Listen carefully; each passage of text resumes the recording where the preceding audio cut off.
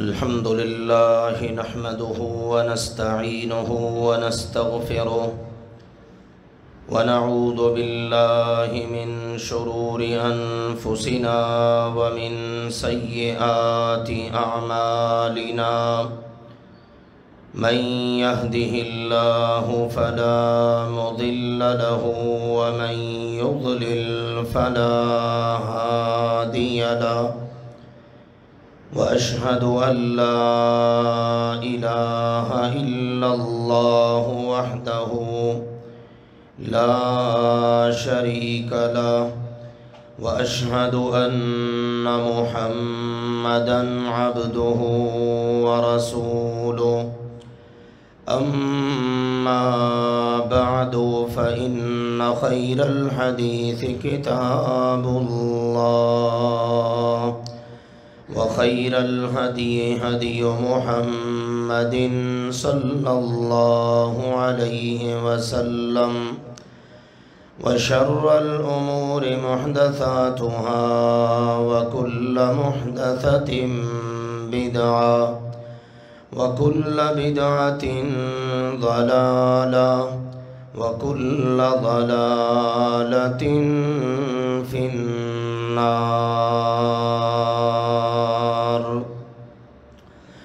يا أيها الذين آمنوا اتقوا الله حق تقاته ولا تموتن إلا وأنتم مسلمون. يا أيها الناس اتقوا ربكم الذي خلقكم من نفس واحدة وخلق منها زوجها وبث منهما رجالا كثيرا ونساء واتقوا الله الذي تساءلون به والأرحام إن الله كان عليكم رقيبا. يا أيها الذين آمنوا اتقوا الله وقولوا قولا سديدا يصلح لكم أعمالكم ويغفر لكم ذنوبكم ومن يطع الله ورسوله فقد فاز فوزا عظيما. أما بعد فأعوذ بالله من الشيطان الرجيم. بسم الله الرحمن الرحيم. ولقد خلقنا الإنسان ونعلم ما توسوس به نفسه ونحن أقرب إليه من حبل الوريد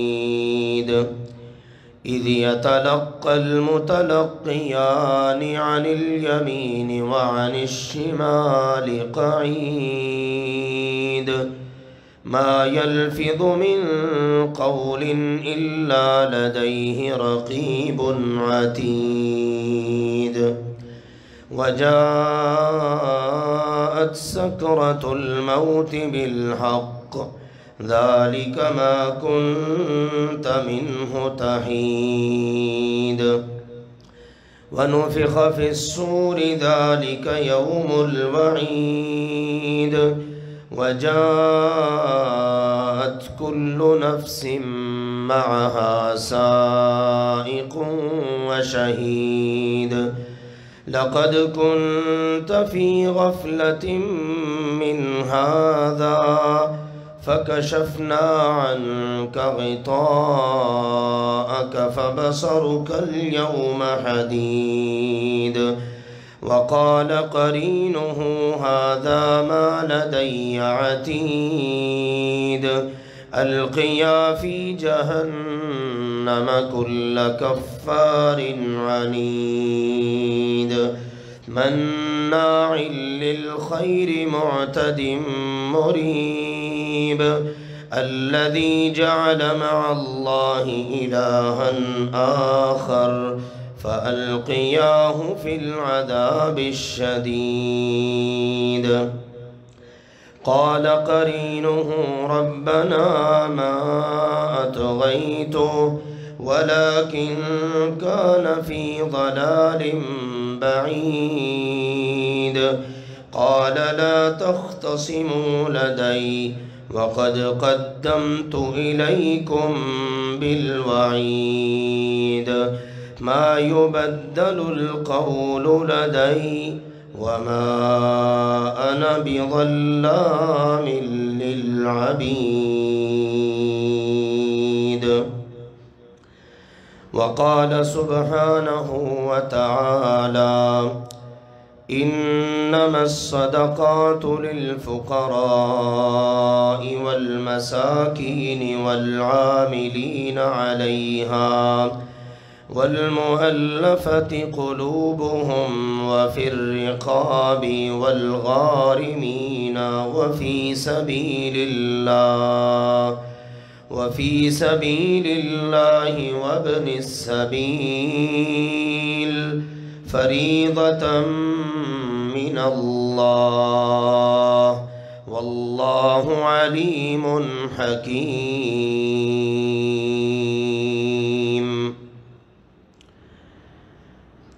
اللہ سبحانہ وتعالی نے ارشاد فرمایا انما الصدقات للفقراء والمساکین، در حقیقت صدقات تو فقراء کا حق ہے اور مساکین کا، والعاملین علیہا، اور ان پر عامل مقرر ہونے والوں کا، والمؤلفۃ قلوبہم، اور دوسروں کے دلوں میں الفت ڈالنے کے لیے صدقات استعمال ہوں، وفی الرقاب، اور گردنیں چھڑانے میں، والغارمین، اور مقروضوں کے قرض ادا کرنے میں، وفی سبیل اللہ، اور اللہ کی راہ میں، وابن السبیل، اور مسافروں کے لیے، فریضۃ من اللہ، یہ اللہ کی طرف سے ایک فریضہ ہے، واللہ علیم حکیم، اور اللہ تعالی ہمیشہ سے سب کچھ خوب جاننے والا اور تمام تر حکمتوں کا مالک ہے۔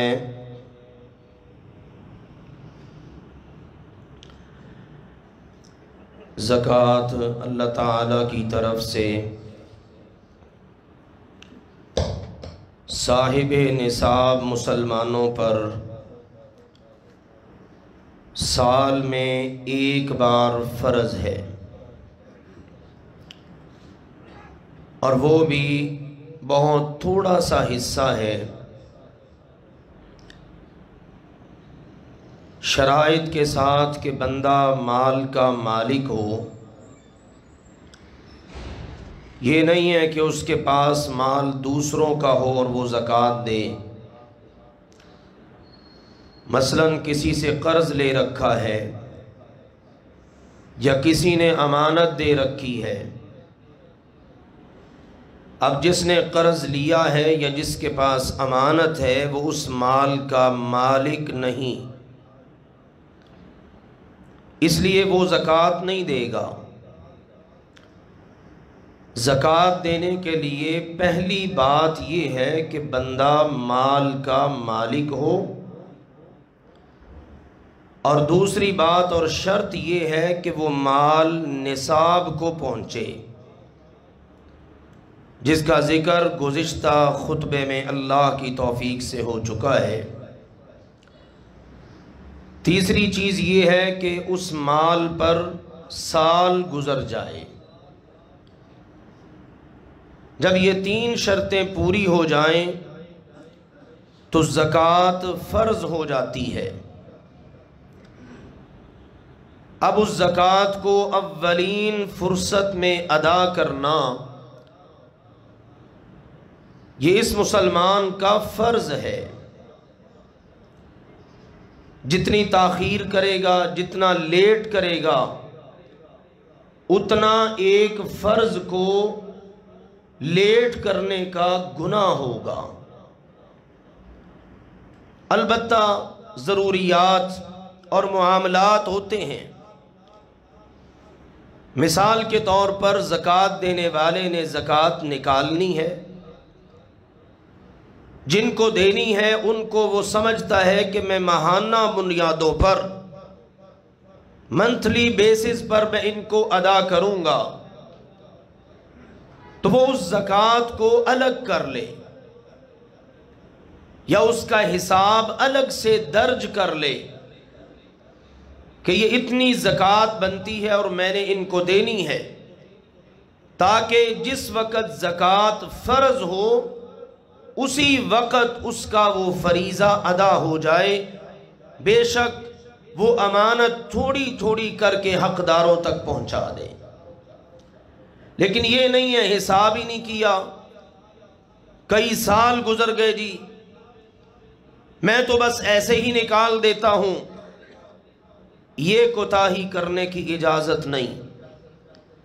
آپ نے باقاعدہ اپنے مال کا حساب کرنا ہے۔ آپ دنیاوی امور میں بھی تو حساب کرتے ہیں نا۔ آپ کسی کو کچھ دیتے ہیں، کسی سے کچھ لیتے ہیں، ایسے تو نہیں کہ بس ایسے ہی اڑا دیا۔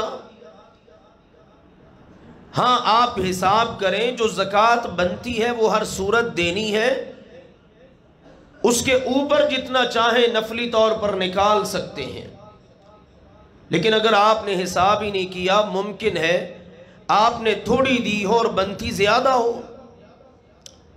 اس لیے صاحب نصاب لوگوں کو سال میں اپنے مال کا حساب ضرور کرنا چاہیے۔ اور یہ یاد رکھیے، گزشتہ جمعے بھی اس بات کو ذکر کیا تھا، لیکن یہ باتیں ازحد ضروری ہیں۔ جب آپ کے پاس مال کو سال گزر گیا، سار علیہ الحول، حدیث پاک کے الفاظ ہیں، جب پورا سال گزر گیا، اب آپ پر زکوٰۃ فرض ہو گئی۔ ممکن ہے وہ محرم میں فرض ہو جائے، ممکن ہے وہ سفر میں فرض ہو جائے، ضروری تو نہیں کہ وہ رمضان میں ہی فرض ہو۔ اس لیے جب فرض ہو گئی تو آپ نے فوری ادا کرنی ہے۔ البتہ اس بات کی اجازت رسول اللہ صلی اللہ علیہ وسلم نے اپنے چچا عباس رضی اللہ عنہ کو دی تھی کہ اگر حالات کا تقاضا ہو کہ اگلی زکوٰۃ پہلے نکالنی ہے تو اس کی اجازت ہے، لیکن پہلے والی کو لیٹ کر دیں، اس کی اجازت نہیں ہے۔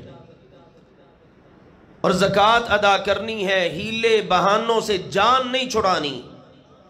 بعض اوقات بعض لوگوں کے بارے میں پتہ چلتا ہے اور صاف معلوم ہو رہا ہوتا ہے یہ چال بازی ہو رہی ہے اللہ کے ساتھ۔ ایک بتانے والے نے بتایا، ایک آدمی کے پاس مال ہے، زکوٰۃ اس کے اوپر بنتی ہے، اس نے کیا کیا، 11 مہینے گزرے تو اس نے کہا یہ میں سارا مال اپنی بیوی کو گفٹ کرتا ہوں تاکہ 12 مہینے نہ گزریں اور زکوٰۃ نہ دینی پڑ جائے۔ پھر جب بیوی مالک بن گئی، اب بیوی کے پاس ملکیت میں 11 مہینے گزرے تو اس نے اپنے شوہر کو ہبہ کر دیا۔ گھر میں ہی ایک گیم جاری ہے اور چال بازی کس کے ساتھ ہو رہی ہے؟ اللہ کے ساتھ، تاکہ زکوٰۃ نہ دینی پڑے۔ اور ایسے لوگ معاشرے کے لیے نحوست ہوتے ہیں۔ رسول اللہ صلی اللہ علیہ وسلم نے فرمایا، ما منع قوم الزکاة الا اخذوا بالسنین، جو قوم زکوٰۃ سے جی چراتی ہے، زکوٰۃ کو روک لیتی ہے، اللہ کا حق ادا نہیں کرتی، پھر اللہ ذوالجلال والاکرام اس قوم پر قحط کی مصیبت نازل کر دیتا ہے، بھوکی مرتی ہے، غریب خودکشیاں کرتے ہیں، مال میں برکت نہیں ہے، کمانے والے سارے ہیں، پوری پھر بھی نہیں پڑتی۔ ضروری نہیں ہے کہ قحط یہی ہو کہ مال کم ہو گیا ہے، اللہ تعالیٰ جیسے چاہے جس کی چاہے پکڑ کرے۔ اور دوسری حدیث میں آپ نے فرمایا ما منع قوم ما منعوا زکاة اموالہم، جو قوم بھی اپنے مالوں کی زکوٰۃ کو روک لیتی ہے تو رسول اللہ صلی اللہ علیہ وسلم نے فرمایا پھر ہوتا یہ ہے اللہ ذوالجلال والاکرام کی طرف سے کہ منعوا القطر من السماء، کہ اللہ آسمان سے ان کے لیے رحمت کی بارش کو روک دیتا ہے۔ لولا البہائم لم یمطروا، پھر یہ بارش انسانوں کی وجہ سے نہیں ہوتی، بلکہ فرمایا اگر زمین پر جانور نہ ہو تو اللہ ان پر کبھی بارش برسائے ہی نہ۔ کتنی بڑی نحوست ہے، رزق کی برکت ختم، قحط، مال کی کمی، بے برکتی، یہ زکوٰۃ ادا نہ کرنے کے نقصانات، اور آخرت میں جو نقصان ہے وہ تو آپ نے گزشتہ جمعے جان لیا کہ اس مال کو جہنم کی آگ میں گرم کر کے تپا کے اس صاحب مال کو، مال کے مالک کو، اس کی پیشانی کو، اس کی کمر کو داغا جائے گا اور کہا جائے گا یہ ہے تیرا خزانہ جو تو دنیا میں جمع کرتا رہا۔ اللہ تعالیٰ ایک گنجے سانپ، زہریلے سانپ کی شکل میں اس مال کو بدل دے گا اور یہ اس کو ڈسے گا اور کہے گا انا کنزکا انا مالکا، میں ہوں تیرا خزانہ، میں ہوں تیرا مال۔ اور پھر دنیا میں بھی برکت نہیں۔ اس کے برعکس آپ زکوٰۃ ادا کریں، مال پاک ہوتا ہے، اللہ راضی ہوتا ہے، اور نبی اکرم صلی اللہ علیہ وسلم نے ضمانت دی ہے ما نقصت صدقۃ من مال، صدقہ کرنے سے مال کبھی کم نہیں ہوگا۔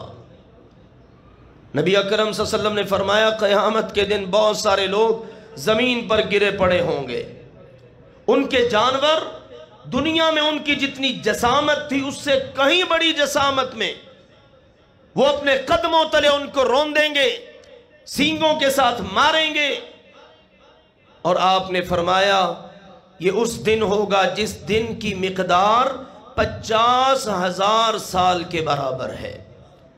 جب ایک مرتبہ جانوروں کا چکر پورا ہو جائے گا نا، آخری گزرے گا، پہلے سے پھر شروع، اور یہ سلسلہ چلتا رہے گا۔ جی یہ کون بد نصیب ہے جو ساری دنیا کے سامنے اپنے جانوروں کے ہاتھوں یوں ذلیل ہو رہا ہے؟ فرمائیے وہ ہے جو اپنے جانوروں کی زکوٰۃ نہیں دیا کرتا تھا۔ اس لیے میرے عزیزو، زکوٰۃ ادا کرنا یہ فریضہ ہے۔ اب آپ یہ جانیے کن کو دینی ہے زکوٰۃ۔ اللہ تعالیٰ نے سورۃ التوبہ کی آیت نمبر 60 میں وہ تمام مصارف ذکر کر دیے جہاں جہاں آپ نے زکوٰۃ ادا کرنی ہے۔ فرمان مبارک ہے اللہ ذوالجلال والاکرام کا انما الصدقات للفقراء والمساکین والعاملین علیہا والمؤلفۃ قلوبہم وفی الرقاب والغارمین وفی سبیل اللہ وابن السبیل فریضۃ من اللہ۔ اللہ نے فرمائی یہ صدقات 8 جگہوں پر خرچ ہوں گے۔ نمبر 1 الفقراء، فقیر کی جمع ہے فقراء، محتاج، کنگال ہے بیچارہ، گھر میں گزر اوقات کے لیے مال نہیں ہے، لوگوں سے سوال کرتا ہے، معذور ہے، کر کچھ نہیں سکتا۔ سب سے پہلا حق اللہ نے ان میں اس کا بیان کیا ہے۔ اس کے بعد فرمایا والمساکین، مسکین کی جمع ہے، سکن سے ہے، رہائش ہے، گھر بھی ہے، لیکن بیچارے سے پوری نہیں پڑتی، محنت بھی کرتا ہے، کوشش بھی کرتا ہے، لیکن پوری نہیں پڑتی۔ اور رسول اللہ صلی اللہ علیہ وسلم نے تو یہاں تک فرمایا، آپ نے فرمایا ان المسکین الذی یتعفف، مسکین وہ ہے جو سوال کرنے سے بھی بچتا ہے۔ فقیر تو سوال بھی کر لے گا نا، مسکین سوال نہیں کرے گا۔ اور پھر آپ نے فرمایا اقرؤوا ان شئتم، اگر چاہو تو اللہ کے قرآن کی آیت پڑھ لو، لا يسألون الناس الحافا، کون ہے یہ مسکین لوگ، حقدار لوگ جو چمٹ کر سوال نہیں کرتے۔ یہ نہیں ہے کہ کسی کے پیچھے ہی پڑ جائیں اور لے کے ہی رہیں، مسکین ایسا نہیں ہوتا، اور یہ حقدار ہے، اس کا حق دوسرے نمبر پر رکھا گیا ہے۔ فقیر جو ہے وہ اس قدر اپنی ضروریات پوری کرنے کے لیے بے باک کہلے ہو جاتا ہے کہ وہ ہاتھ بھی پھیلا دیتا ہے، لیکن مسکین آدمی وہ ممکن ہے اپنا حلیہ بھی ٹھیک رکھے، کپڑے بھی اچھے پہنے، تاکہ میرے حالات کا کسی کو پتہ ہی نہ چلے۔ اللہ تعالیٰ نے اس کا ذکر خاص طور پر دیگر مقامات پر بھی ذکر کیا ہے، اور رسول اللہ صلی اللہ علیہ وسلم نے بھی فرمایا یہ مسکین وہ نہیں ہوتا ایک لقمے دو لقمے کے لیے مارا مارا پھرے۔ آپ نے فرمایا عفت، پاک دامنی، سوال سے بچتا ہوا علیحدہ رہتا ہے۔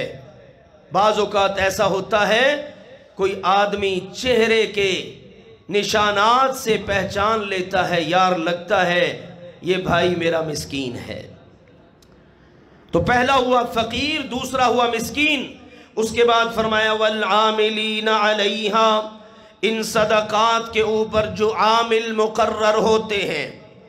اسلام کا کتنا خوبصورت نظام ہے، بدقسمتی سے آج مسلمان اس کو چھوڑ بیٹھے ہیں۔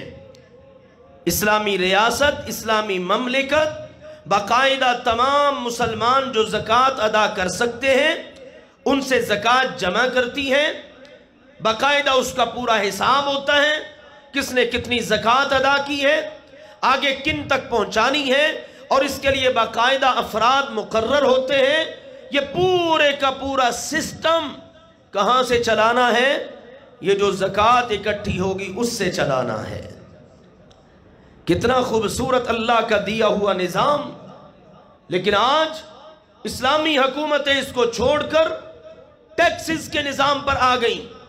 یاد رکھیے اگر آج بھی کوئی مسلمان حکومت اللہ سبحانہ و تعالیٰ کے دیے ہوئے اس نظام پر عمل کرے، گارنٹی اللہ اور اس کے رسول کی ہے، اللہ ذوالجلال والاکرام تمام معاشی مسائل کو حل کر دے گا۔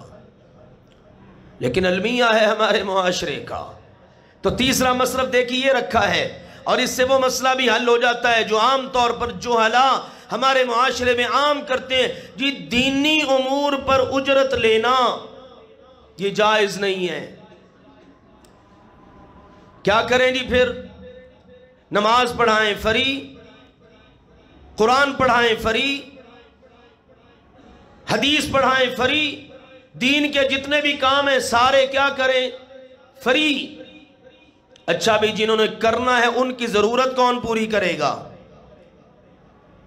بھئی جنہوں نے کرنا ہے، ایک بندہ اپنی زندگی وقف کرتا ہے، اپنا وقت دے رہا ہے، اپنی صلاحیتیں دے رہا ہے قوم کو، کون پورا کرے گا اس کی ضرورتوں کو؟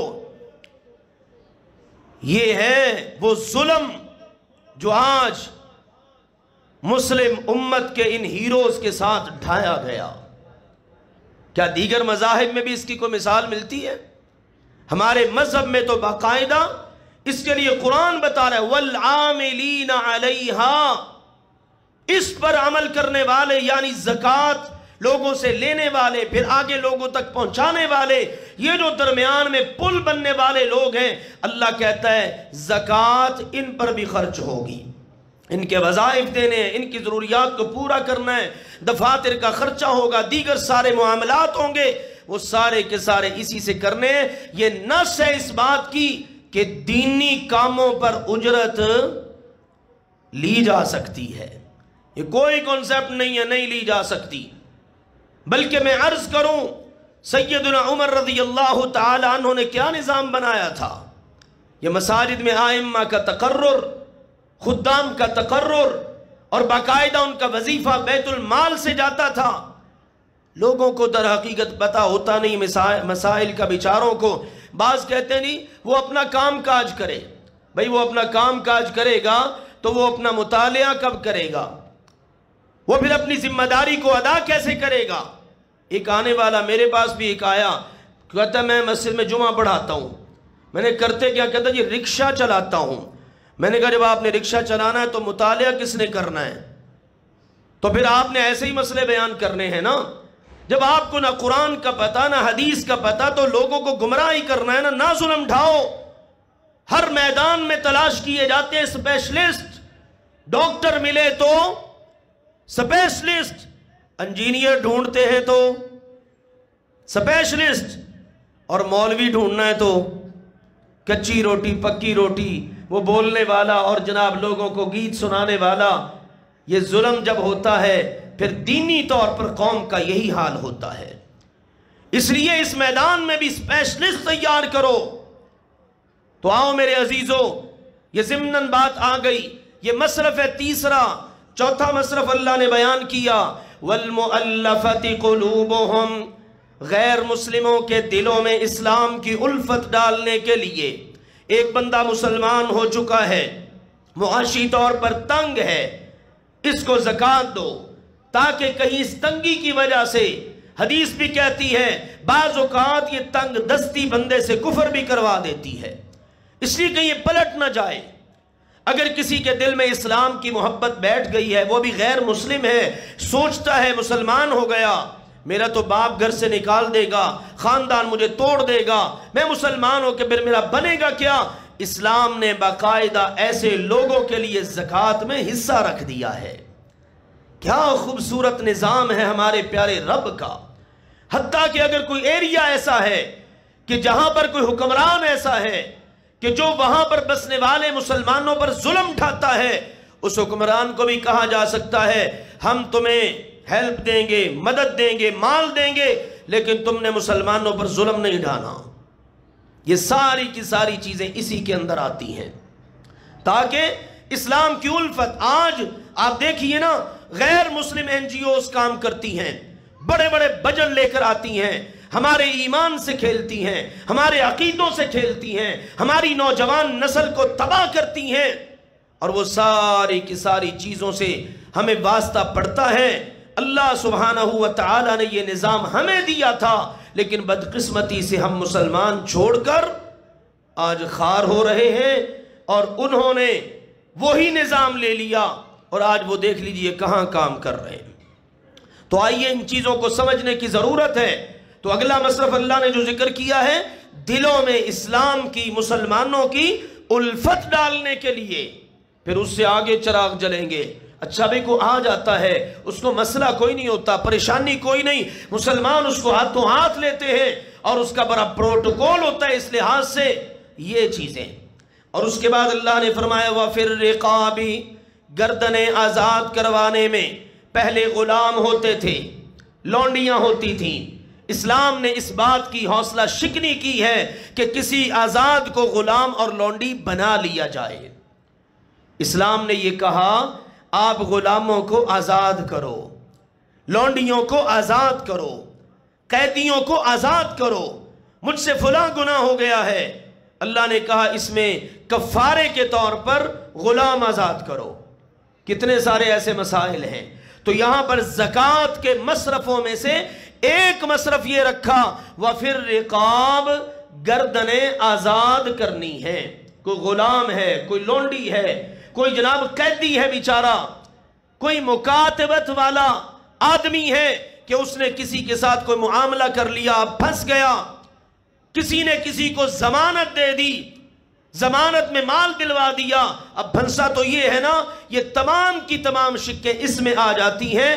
کسی کی بھی آپ نے گردن آزاد کروانی ہے، اللہ نے کہا اس کے لیے زکوٰۃ استعمال ہوگی۔ اگلا فرمایا والغارمین، مقروض لوگ۔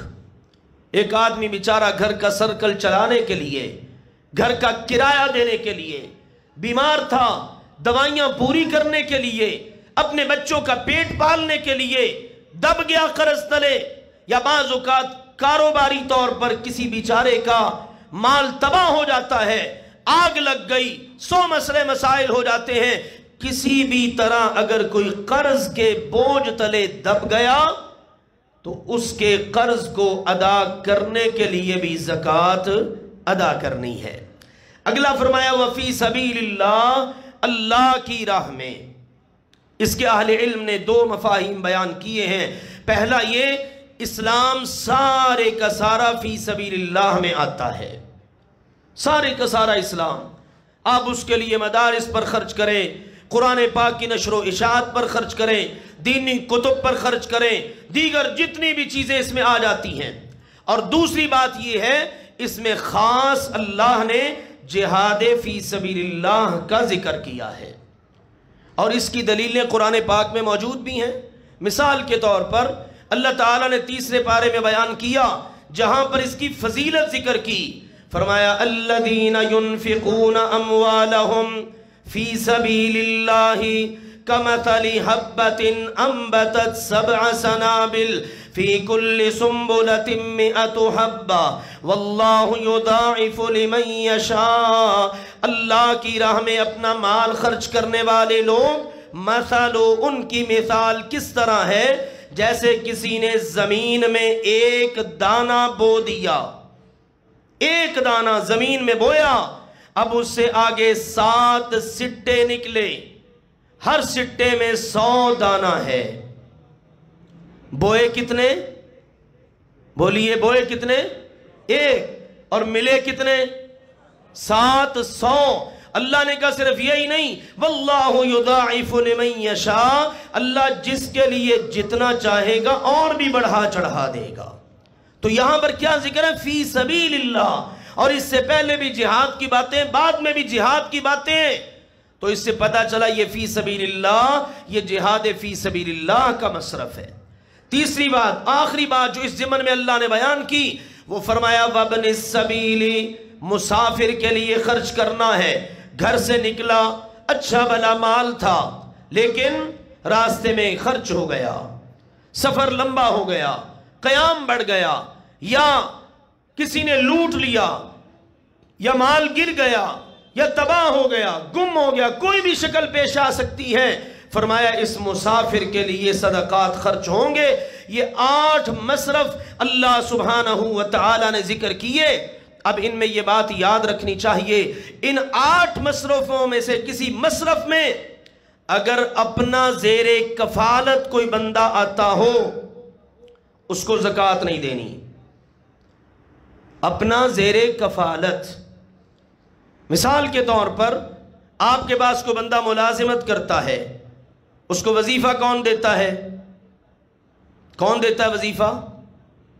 آپ دیتے ہیں نا، آپ سے وہ ماہانہ تنخواہ لیتا ہے نا۔ اب اس کے گھر میں راشن، یہ ساری چیزوں کو آپ نے پورا کرنا ہے، آپ کہیں میں اپنے ملازم کو ہی دے دیتا ہوں۔ یہ ویسے نا ہماری سوچیں بڑی عجیب قسم کی ہو گئی ہیں۔ بعض لوگ یہ مسئلہ پوچھتے ہیں، کیا میں اپنے ماں باپ کو زکوٰۃ دے سکتا ہوں؟ انا للہ و انا الیہ راجعون۔ ایمانداری سے بتائیے، یہ سوال بنتا ہے؟ ماں باپ جنہوں نے نہ جانے کن مراحل سے گزر گزر کر تجھے پالا، اور آج تو اپنے اصل مال میں سے اپنے ماں باپ کو نہیں پال سکتا، افسوس ہے تجھ پر۔ اور کہتا ہے اپنے مال کی میل کچیل ہے، زکوٰۃ یہی ہے نا، مال پاک کرنا ہے، میل کچیل کس کو؟ ماں باپ کو۔ انا للہ و انا الیہ راجعون۔ یاد رکھیے، ماں باپ کو زکوٰۃ نہیں لگتی۔ اسی طرح سے ماں باپ اپنی اولاد کو اپنی زکوٰۃ نہیں دے سکتے، کیونکہ ماں باپ کے اوپر ذمہ داری ہے اپنی اولاد کی کفالت کرنا، وہ ان کی ماتحتی میں آتے ہیں۔ اس لیے ان چیزوں کو سمجھیے، عقل کا استعمال بھی کیجیے۔ ضروری نہیں کہ ہر بات کو ہی آپ نے پوچھ کے چلنا ہے، اور کہیں سے کوئی راستہ تلاش کرنا ہے کہ مجھے راستہ ملے تو صحیح۔ آپ کے پاس ایک نوکر، ایک خادم، کوئی بندہ کام کرتا ہے، جاب کرتا ہے، 12 مہینے آپ اس کو تنخواہ دیتے ہیں، اگر 1 مہینہ آپ زیادہ دے دیں گے تو مال میں کیا کمی آ جائے گی، کیا آفت ٹوٹ پڑے گی آپ پر؟ اب کہتے ہیں اس کو زکوٰۃ دے دوں، زکوٰۃ کے لیے اور بہت لوگ ہیں. بعض لوگ آتے ہیں، ہم راشن تقسیم کرتے ہیں نا، تو کہتے ہیں وہ فلاں بندہ ہمارے پاس ملازمت کرتا ہے، آپ اس کو بھی راشن دے دیں. اب سوچئے گا ذرا، اگر آپ کے پاس وہ ملازمت کر رہا ہے، اب اگر اس کو 1 مہینے کا راشن ڈلوا دیں گے تو آپ کے مال میں کیا کمی ہو جائے گی؟ کتنے کا راشن ہے؟ 10,000 کا، 15,000 کا؟ یہ کوئی قسمت سے ہی کرتا ہوگا، ورنہ ہاتھ کھینچتے ہیں 4-5 ہزار کا، چلو جناب راشن ڈلوا دو. غریب جو ہے، اللہ کہتا ہے جو تم خود کھاتے ہو وہی کھلاؤ تو ثواب ملے گا. اپنے لیے تو بڑا اچھا تلاش کرتے ہو. اب دیکھو نا، رمضان آ رہا ہے، آپ سب تشریف فرما ہے، ہر شخص اپنے گریبان میں جھانکے ہم نے اپنے گھروں میں راشن کتنا ڈلوایا ہے یا کتنا ڈلوانا ہے. پورے مہینے کا بجٹ نکالیے. اور فقراء بیچارے جنہوں نے ہماری آخرت بنانی ہے، مساکین مستحق لوگ، ان کو ہم کہتے ہیں گلا سڑا سا دے دو. ہمارے سامنے یہ مثالیں موجود ہیں، اور منبر و محراب کے وارث لوگوں کا یہ فرض بنتا ہے اپنی قوم کو آگاہ کریں اور ان کو بتائیں یہ ظلم ہے، اپنے ساتھ بھی، اللہ کے بندوں کے ساتھ بھی. اپنے لیے تو کھجوریں لے کے آؤ بڑی اعلیٰ قسم کی، اور ان کے لیے کھجوریں تلاش کرو 150-200 والی. ایک بات پر آپ غور کیجئے.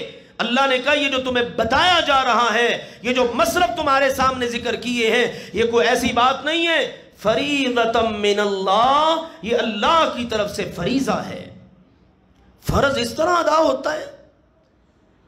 اس لیے مسلمانوں اس بات کو سمجھو، اللہ کے لیے جس اللہ نے آپ کو اتنا مال دیا ہے، آپ اس اللہ کے لیے اگر اصل 2.5% بھی نکال دیں تو انشاءاللہ کمی پیدا نہیں ہوگی. دل کی خوشی سے نکال لیں، کوئی چور راستہ اور دروازہ اختیار نہ کریں. اسی طرح سے بہن بھائی اگر وہ اپنے سیپریٹ رہتے ہیں، بہن اپنے گھر میں رہتی ہے، مالی حالات تنگ ہیں، تو آپ اس کو زکوٰۃ دے سکتے ہیں. کسی بہن کا بھائی ایسا ہے الگ رہتا ہے بیچارہ اپنے بچوں کے ساتھ، حالات اس قسم کے ہیں، تو اس کو زکوٰۃ دی جا سکتی ہے. اور یاد رکھیے فَلِلْوَالِدَيْنِ وَالْأَقْرَبِينَ، اللہ سبحانہ وتعالی نے یہ بتایا ہے کہ تم نے جب خرچ کرنا ہے نا تو لسٹ بنانی ہے، تو اس خرچ میں یہ صدقات زکوٰۃ کی بات نہیں ہے، یہ عام خرچے کی بات ہے. تو فرمایا سب سے پہلے ماں باپ کا حق رکھنا ہے، پھر دوسرے نمبر پر قریبی رشتہ داروں کا. جب لسٹ بنانی ہے نا، میری تنخواہ اتنی ہے، اب اس میں سے میں نے کیا کرنا ہے، خرچ کرنا ہے، تو سب سے پہلے کن پر؟ والدین، پھر قریبی رشتہ دار، اور یہی ترتیب پھر صدقات زکوٰۃ میں قریبی رشتہ داروں کے حوالے سے آتی ہے. اسی لیے حدیث میں آتا ہے آپ کا پڑوسی بھی ہے، مسلمان بھی ہے، قریبی رشتہ دار بھی ہے، آپ اگر اس کو دیں گے اللہ آپ کو اس کو دینے کا 13 اجر عطا کرے گا، 3 گنا اجر. آپ نے اسلام کو بھی دیکھا، آپ نے ہمسائیگی کو بھی دیکھا، آپ نے رشتہ داری کو بھی دیکھا. پھر جیسے جیسے چیزیں کم ہوتی جائیں گی ثواب اسی لحاظ سے کم ہوتا جائے گا. اس لیے میرے عزیزوں ان باتوں کو سمجھنا ہے، مصارف زکوٰۃ کا خیال رکھتے ہوئے زکوٰۃ کو ادا کرنا ہے. اور ایسے لوگوں کو اپنے رشتہ داروں میں، اپنے خاندان میں، اپنی گلی محلے میں، اپنے پڑوسیوں میں، اپنے ساتھ نماز پڑھنے والوں میں تلاش کریں، اپنے آفس میں دیکھیں. اگر وہ آپ کی ماتحتی میں نہیں آتے تو آپ ان کو زکوٰۃ ادا کریں تاکہ ان کا سرکل چلے، آپ کا مال پاک ہو.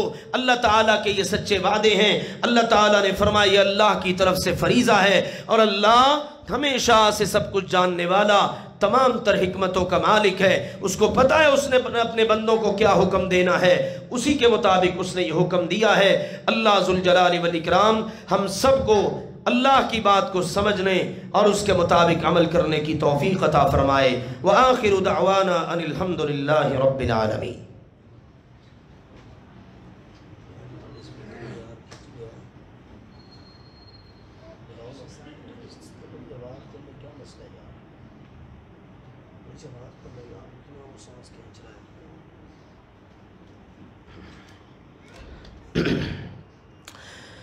الحمد لله نحمده ونستعينه ونستغفره ونعوذ بالله من شرور أنفسنا ومن سيئات أعمالنا من يهده الله فلا مضل له ومن يضلل فلا هادي له وأشهد أن لا إله إلا الله وحده لا شريك له وأشهد أن محمدًا عبده ورسوله أما بعد فإن خير الحديث كتاب الله وخير الهدي هدي محمد صلى الله عليه وسلم وشر الأمور محدثاتها وكل محدثة بدعة وكل بدعة ضلالة وكل ضلالة في النار أما بعد عزیز بھائیوں اور محترم بزرگوں، اللہ کی توفیق سے رمضان المبارک کی آمد ہے اور انتہائی مسرت اور خوشی کی باتیں ہیں۔ ہمارے دلوں کو اور ہم سب کو انتہائی شوق اور ذوق کے ساتھ بے صبری سے انتظار ہے اللہ کے اس معزز مہمان رمضان المبارک کا۔ اللہ تعالی ہم سب کے نصیب میں فرمائے۔ معلوم نہیں کس کو نصیب ہو کس کو نہ ہو، لیکن انشاءاللہ اس خوشی اور مسرت کا ثواب ضرور ملے گا۔ اللہ سے دعا اور التجا ہے، اللہ کے گھر میں جمع ہیں، یا اللہ اب ماہ مبارک ہمارے بالکل قریب ہے، اگلا جمعہ انشاءاللہ ہم اسی مقدس مہینے میں ادا کریں گے، یا اللہ ہم سب کے نصیب میں فرما۔ اس کی فیوز و برکات کو سمیٹ لینے کی ہم سب کو توفیق عطا فرما۔ اس کے لیے میرے عزیزوں پہلے سے ہی ہم سب نے ورکنگ کرنی ہے، اپنا شیڈول مرتب کرنا ہے کہ کس طرح سے ہم نے اس ماہ مبارک سے بھرپور فائدہ اٹھانا ہے۔ جب چیزوں کو ہم مینج کر لیتے ہیں تو بڑا فائدہ ہو جاتا ہے۔ مثلا جیسے ہی چاند طلوع ہونے کی اطلاع ملی، اب آپ پہلا کام یہ کریں، کوشش کریں اب سے مہینے کے اینڈ تک آپ کی 5 نمازیں با جماعت گزریں۔ تمام کی تمام فرض 5 نمازیں تکبیر اولا کے ساتھ با جماعت 30 دن یہ ہو جائیں، 10 دن پھر ساتھ مزید ملا لیں۔ حدیث پاک میں آتا ہے 40 دن جو بندہ تکبیر اولا کے ساتھ فرض نماز ادا کر لے گا، اللہ اس کے دل سے نفاق کو بالکل صاف کر دے گا۔ سنہری موقع ہے، فائدہ اٹھا لیجئے۔ پھر اس کے بعد روزے ہیں فرض، اگر عذر ہے اللہ نے رخصت دی ہے، وہ آپ کو پتہ ہے، آپ کے رب کو پتہ ہے، بغیر عذر کے کوئی روزہ نہ چھوڑیے گا۔ ابھی سے تہیہ کریں، یہ جو ہے نا فلاں مسئلہ ہے فلاں مسئلہ ہے، کوئی مسئلہ نہیں ہے۔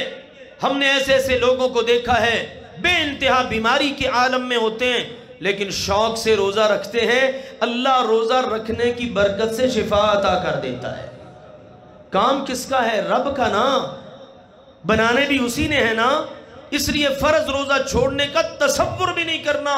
حدیث پاک میں آتا ہے جو بندہ روزہ رکھ سکتا ہے بغیر عذر کے چھوڑتا ہے، زندگی بھر بھی روزے رکھے گا نا تو کفارہ نہیں دے سکتا، اس لیے بغیر عذر کے نہیں چھوڑنا۔ پھر رات کا قیام ہے، تراویح ہے، شوق سے پڑھیے، مجبوری سے نہیں۔ آپ جانتے ہیں اللہ کے فضل و کرم سے میرے والد محترم رحمہ اللہ تعالیٰ کے مزاج کو، اور ہمارے پیارے نبی کی تو بات ہی کیا ہے، سبحان اللہ۔ ہم کہتے ہیں کہ چلو تھوڑا سا وقت جو ہے نا عشاء کا بھی پیچھے کر لو، آگے سے بھی تھوڑا سا پیچھے کر لو، یعنی اتنا ہی وقت اللہ کے لیے سوچئے گا ضرور۔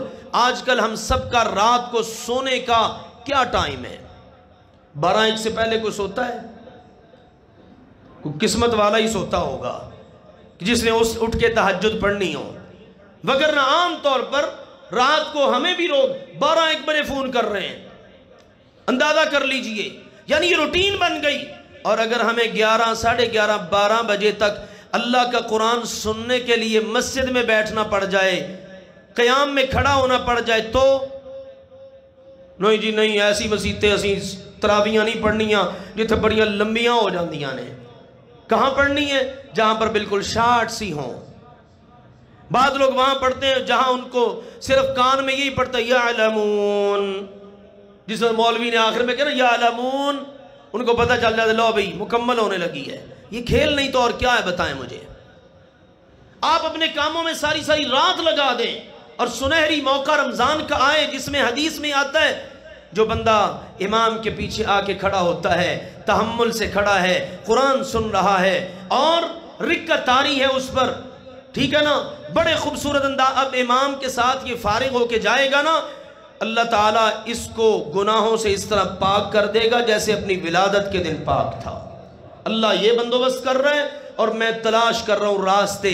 ٹھیک ہے نا کہ رمضان کا موقع ہے، سارا سال تو میں نے تہجد پڑھنی کوئی نہیں ہے، 11 مہینے تراویح کی بھی چھٹی 1 مہینہ ہے، وہ بھی کوئی نہ کوئی راستہ ایسا تلاش کروں. نہ کرو میرے عزیزو، اللہ کے لیے وقت دو. مساجد کے لوگوں سے بھی میں گزارش کروں گا، لوگوں کی عادتیں خراب نہ کرو. کبھی نبی پاک کا منظر بھی دیکھا، نبی پاک نے 3 دن تراویح پڑھائی اور صحابہ کہتے ہیں ایسی پڑھائی ہمیں خطرہ پڑ گیا کہ کہیں ہماری سحری نہ رہ جائے. وہاں پر تو یہ منظر ہے. پھر نبی پاک نے اس لیے چھوڑ دی کہ کہیں تمہارا شوق دیکھ کے اللہ فرض نہ کر دے. اللہ تیرا شکر ہے، ہم کمزوروں پر اگر فرض ہو جاتی تراویح بھی تو پتہ نہیں ہم اس کے ساتھ کیا سلوک کرتے. ہم تو 5 وقت کی فرض نماز نہیں صحیح ادا کرتے. اس لیے میرے عزیزوں توجہ کرو، رات کا وقت دو، رات کی گھڑیوں میں اللہ کے آگے جھکو، قرآن سنو. تو ان چیزوں پر توجہ کرو. پھر ذکر اذکار، تلاوت قرآن، خود بھی 24 گھنٹوں کا شیڈول مرتب کریں. میں نے روزانہ کی بیسس پر اتنا قرآن تلاوت کرنا ہے، ٹھیک ہے نا، خود بنائیں یہ ساری ترتیب. انشاءاللہ آگے وقت کے ساتھ، کیونکہ اب انشاءاللہ یہ آنے والے دنوں میں چند دنوں کے بعد، آج غالباً 26 شعبان ہے شاید، تو 3-4 دن کے بعد انشاءاللہ روزہ ہے، تو اس سے پہلی رات کو تراویح ہے. اس لیے چند گزارشات میری طرف سے ازحد ضروری تھی تاکہ ہم سب پہلے سے اپنی ورکنگ کر کے اللہ کے فضل و کرم سے رمضان کی پہلی گھڑی سے ہی اپنے لمحات اوقات کو قیمتی بنائیں. اللہ ہم سب کو اس کی توفیق عطا فرمائے. زکوٰۃ کے مسائل کو آپ نے سنا. اس کے ساتھ ہی عرض کروں، ظاہر ہے رمضان میں سب لوگ کوشش کرتے ہیں زکوٰۃ، صدقات اور عطیات کے لیے. سب سے پہلے تو میرے عزیزوں، جو لوگ حقدار ہیں ان کے گھروں میں راشن پہنچانے کا سلسلہ اللہ کے فضل سے جاری ہے. 200 راشن پیک ہم اس سے پہلے تقسیم کر چکے ہیں. بہت سارے لوگوں کی ابھی بھی ہمارے پاس شناختی کارڈز کی کاپیاں موجود ہیں. تو جو احباب حقدار ہیں وہ ضرور ہم تک پہنچیں. ضروری نہیں کہ ہم ہر حقدار تک پہنچ جائیں، جو حقدار ہے وہ ضرور ہمارے پاس تشریف لائے. اللہ کے فضل سے کوشش کریں گے اس کا حق اس تک پہنچے. اور آپ میں سے جتنے صاحب حیثیت لوگ ہیں، ایک گھر کو اگر ہم راشن فراہم کریں پورے مہینے کا تو صرف 7,000 روپیہ خرچ آتا ہے. اس میں آٹا، چینی اور دیگر لوازمات، ایون کہ کھجور اللہ کے فضل سے اور شربت تک شامل ہے. تو ہم نے انشاءاللہ مستحق گھروں تک پہنچانا ہے. آپ جتنے افراد تشریف فرما ہیں، حضرات ہیں، خواتین ہیں، اوپر والے پورشنز میں ہیں، تھوڑا سا وقت میں بھی آپ کا زیادہ لوں گا، اللہ کے لیے صرف نظر فرمائیے گا. تو یہ 7,000 کا صرف راشن ایک فیملی کے لیے، وہ اللہ کے فضل سے پورا مہینہ روزے رکھیں گے، روزے افطار کریں گے. اور حدیث پاک میں آتا ہے جتنا ثواب ان کو ملے گا نا، اتنا ہی دینے والے کو بھی ملے گا. تو میں نے پہلے بھی جمعے میں بھی عرض کیا، دیکھ لو ہم اپنے گھروں میں کتنا راشن ڈالتے ہیں، ٹھیک ہے نا، اور یہ کتنا معمولی سا ہے. تو جن کو اللہ نے مال دیا ہے وہ اپنے مال میں سے ضرور یہ حصہ نکالیں. خود بے شک راشن پیک کر کے لے آئیں. ہم سے سامان کی لسٹ لینا چاہتے ہیں وہ لے لیں، خود آ جائیں. آپ کہتے ہیں ہم نے گھروں میں پہنچانا ہے 100 بسم اللہ، ہم آپ کو لسٹ دے دیں گے، یہ فلاں فلاں مستحق گھر ہیں، ان میں آپ خود پہنچا دیں. اللہ کے فضل و کرم سے ہر طرح کی آپشن موجود ہے. دوسری چیز ہے میرے عزیزو، سحری اور افطاری. ایسے گھر بھی ہوتے ہیں جو رہ جاتے ہیں، پھر کیا ہوتا ہے، یہ آپ میں ہی بیٹھے ہوئے آپ کے بچے ہیں، آپ کے بھائی ہیں، جو ساری رات سحری کی تیاری میں لگے رہتے ہیں. شام کو افطاری تیار کرتے ہیں، پھر اس کو پیک کرتے ہیں، چنگ چی رکشے پر رکھتے ہیں. اور مختلف گلیوں سڑکوں میں، یہ پچھلے سال یہ منظر بنا کیونکہ کرونا لاک ڈاؤن کی وجہ سے ہم پچھلے سال دسترخوان نہیں لگا سکے. اس سے پہلے آپ سب کو پتہ ہے دسترخوان لگتے تھے پورے ایریے میں مختلف جگہوں پر، ٹھیک ہے نا. یہ اللہ کا شکر ہے. میں یہ کہتا ہوتا ہوں اللہ تعالیٰ کے فضل و کرم سے ہماری یہ مسجد صرف مسجد نہیں، پورا ایک اسلامک سنٹر ہے، کمیونٹی سنٹر ہے اللہ کے فضل سے، جہاں پر لوگوں کی بہت ساری ضروریات پوری ہوتی ہیں. ہلکی سی جھلک آپ کے سامنے رکھ رہا ہوں. سحری اور افطاری ہمارے بچے بیچارے باہر کرتے ہیں، لوگوں کو کرواتے ہیں، گلیوں میں جا کر اعلان کرتے ہیں ہاں جی کسی کے گھر میں سحری نہیں پکی، حالات اس قسم کے ہیں تو آئیے سحری لے لیجئے. میں اب وہ مناظر، وہ واقعات بیان نہیں کر سکتا جو ان بچوں نے روتی آنکھوں کے ساتھ آ کے بتائے. اللہ تیرا شکر ہے تو ایسے حالات کسی پر نہ بننے دینا. ہم تو بڑے سکھی ہیں میرے عزیزو. آپ تصور کر سکتے ہیں آپ کے گھر کی کوئی خاتون دروازے میں باپردہ کھڑی ہو اور بلا کے کہے ہم باہر نہیں آ سکتے، ہماری عزت نفس کا مسئلہ ہے، آپ ہمیں دے سکتے ہو تو یہیں لا کے دے دو؟ کر سکتے ہو یہ تصور؟ یہ حالات ہمارے ساتھ پیش آئے، ہم نے دیکھے ہیں۔ کبھی اپنے اوپر اپلائی کر کے دیکھا کریں، آپ کے دلوں میں نرمی پیدا ہوگی۔ ہم تو بادشاہوں والی زندگی گزار رہے ہیں۔